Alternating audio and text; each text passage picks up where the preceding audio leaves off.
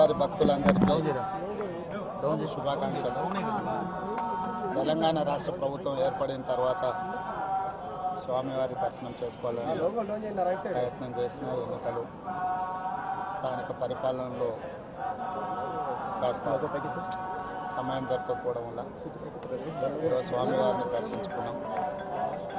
రెండు రాష్ట్రాల సత్సంబంధాలు కొనసాగాలని, రెండు రాష్ట్రాల అభివృద్ధి పదం వైపు నడవాలని, ఆంధ్రప్రదేశ్లో ఏర్పడబోయే ప్రభుత్వం ఆ రాష్ట్ర ముఖ్యమంత్రితో తెలంగాణ ముఖ్యమంత్రిగా సత్సంబంధాలతో సమస్యలన్నిటిని కూడా పరిష్కరించుకొని కలిసికట్టుగా నడిచి రెండు రాష్ట్రాలు అభివృద్ధి పదం వైపు నడిపించే విధంగా ఒకరికి ఒకరు సహకరించుకొని ముందుకు వెళ్ళాలని ఆకాంక్షించడం.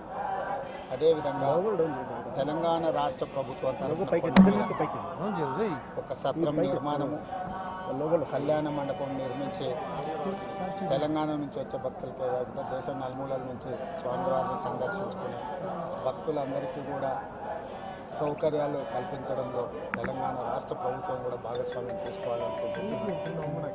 ఈ ఫలితాల ప్రక్రియ ముగిసిన తర్వాత తప్పకుండా తెలంగాణ రాష్ట్ర ప్రభుత్వం తరఫున సత్ర నిర్మాణానికి అవకాశం ఉంది.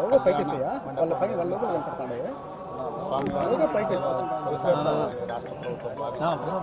తప్పకుండా తొందరలోనే ఆంధ్రప్రదేశ్ ముఖ్యమంత్రిని కలిసి విజ్ఞప్తి చేసి ఇక్కడ స్వామివారి సేవలు తెలంగాణ రాష్ట్ర ప్రభుత్వం కూడా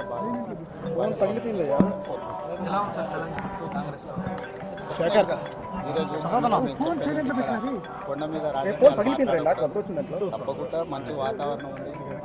వాతావరణం కూడా అనుకూలించింది. గత సంవత్సరం కరువు వచ్చిన, తాగునీటి సమస్య ఉన్న సమస్యలను అధిగమించి మంచి ఋతుపవనాలు, మంచి కాలం అవుతున్నది. వానలు పడాలి, పంటలు పండాలి, రెండు రాష్ట్రాలు సుభిక్షంగా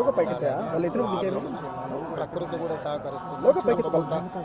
పాలకుల మనసులో ఎలాంటి ఆలోచనలు లేనప్పుడు స్వామివారు ఒక ఆలోచన కలిగించి తప్పకుండా ఆ ప్రాంత రైతులకు సహాయం చేసే విధంగా వానలు పడి పంటలు పండుతాయి. మా ప్రభుత్వ కార్యాచరణ కూడా ప్రధానంగా రైతాంగాన్ని ఆదుకొని దేశం యొక్క సంపదను పెంచాలనే ఆలోచన, ఆ విధంగా ముందుకు సాగాలని మా ప్రభుత్వం భావిస్తుంది.